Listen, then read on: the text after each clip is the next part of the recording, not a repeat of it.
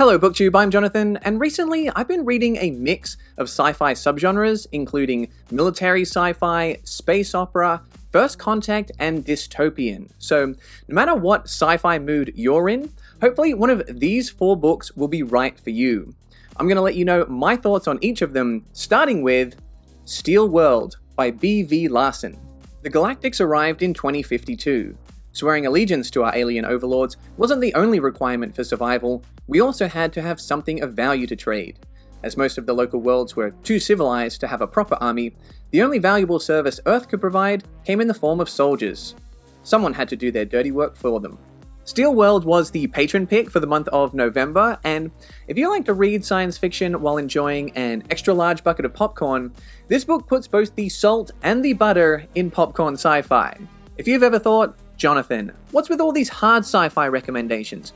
I didn't sign up for physics class. Or what's with all this philosophical science fiction? I don't like having to process all of these thoughts and emotions.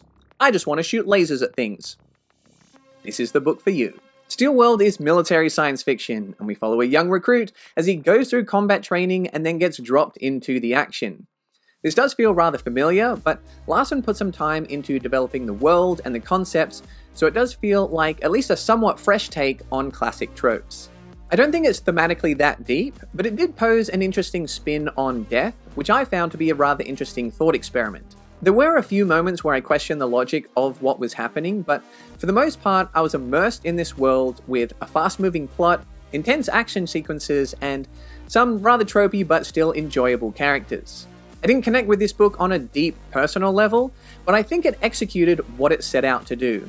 I gave this book 7 pew-pews out of 10.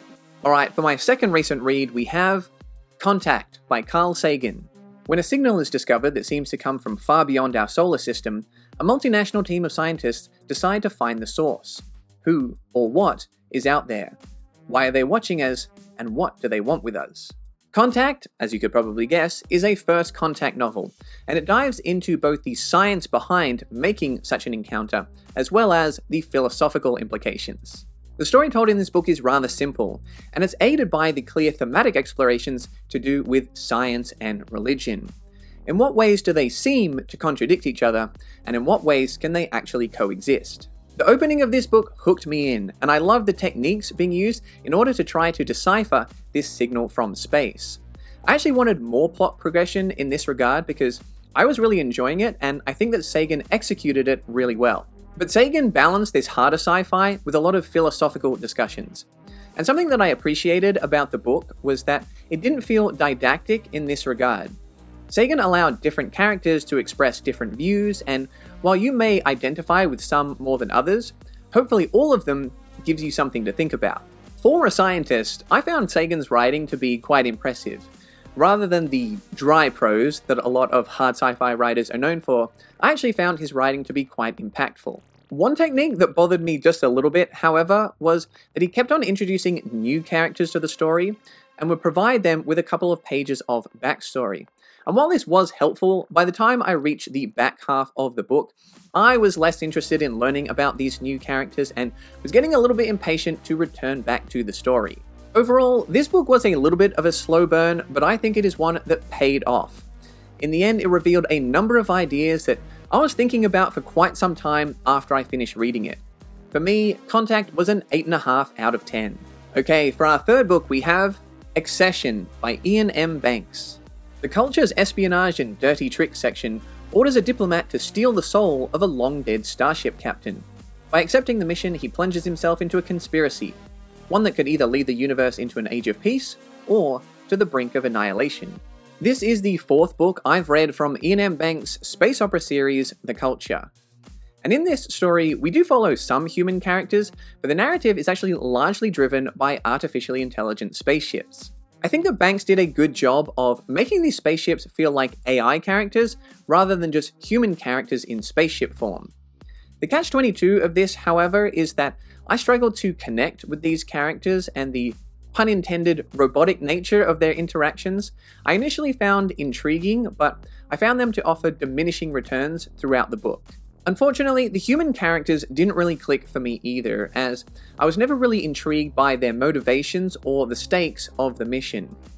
and some of the relationship elements explored, to me, it felt like a little bit surface level explorations and even at times somewhat immature. I think there's a great book in here somewhere, as there's a ton of characters and subplots and concepts, but they just weren't packaged in a way where I was personally able to find something to grasp onto that I was connecting with in either an emotional or intellectual way. Also, there's dozens of pages that read like this. When reading a physical copy, it didn't negatively affect my reading experience because I could just skim my eyes over some of these messages, but I would imagine if you were listening to this book on audio, that it might start to get a little bit tiresome having to listen to the narrator read all of this out loud. On the one hand, I'm impressed that Banks can write such stylistically different books within the same series, but on the other hand, I think this is a book that for me was one that I perhaps respected more than I actually enjoyed. In the end, I gave Excession a 6 out of 10. And for our fourth and final book in today's video, we have Wool by Hugh Howey. The world outside has grown unkind, the view of it limited, talk of it forbidden. But there are always those who hope, who dream. These are the dangerous people, the residents who infect others with their optimism. Their punishment is simple. They are given the very thing they profess to want. They are allowed outside. Wool is a dystopian story, and while the book is split into parts, it did feel like a cohesive novel. At first, all the different characters and their little time jumps can leave you questioning what exactly is driving the novel, but over time it does settle into a more linear narrative. I've heard this book described as both slow-paced and fast-paced, and I can actually see both perspectives. And before you start booing at your screen, boo! Jonathan, pick a side! Firstly, chill. Secondly, I will pick a side, but here's why I can understand both perspectives. I think if you're a more character-focused reader, this is going to feel like a relatively fast read. Many characters are faced with significant, life-changing events pretty regularly throughout the novel. However, if you're more interested in the high concept and less interested in the characters, then this might feel like more of a slow read. Howey does provide answers to mysteries within this intriguing world, but he drip feeds you that information.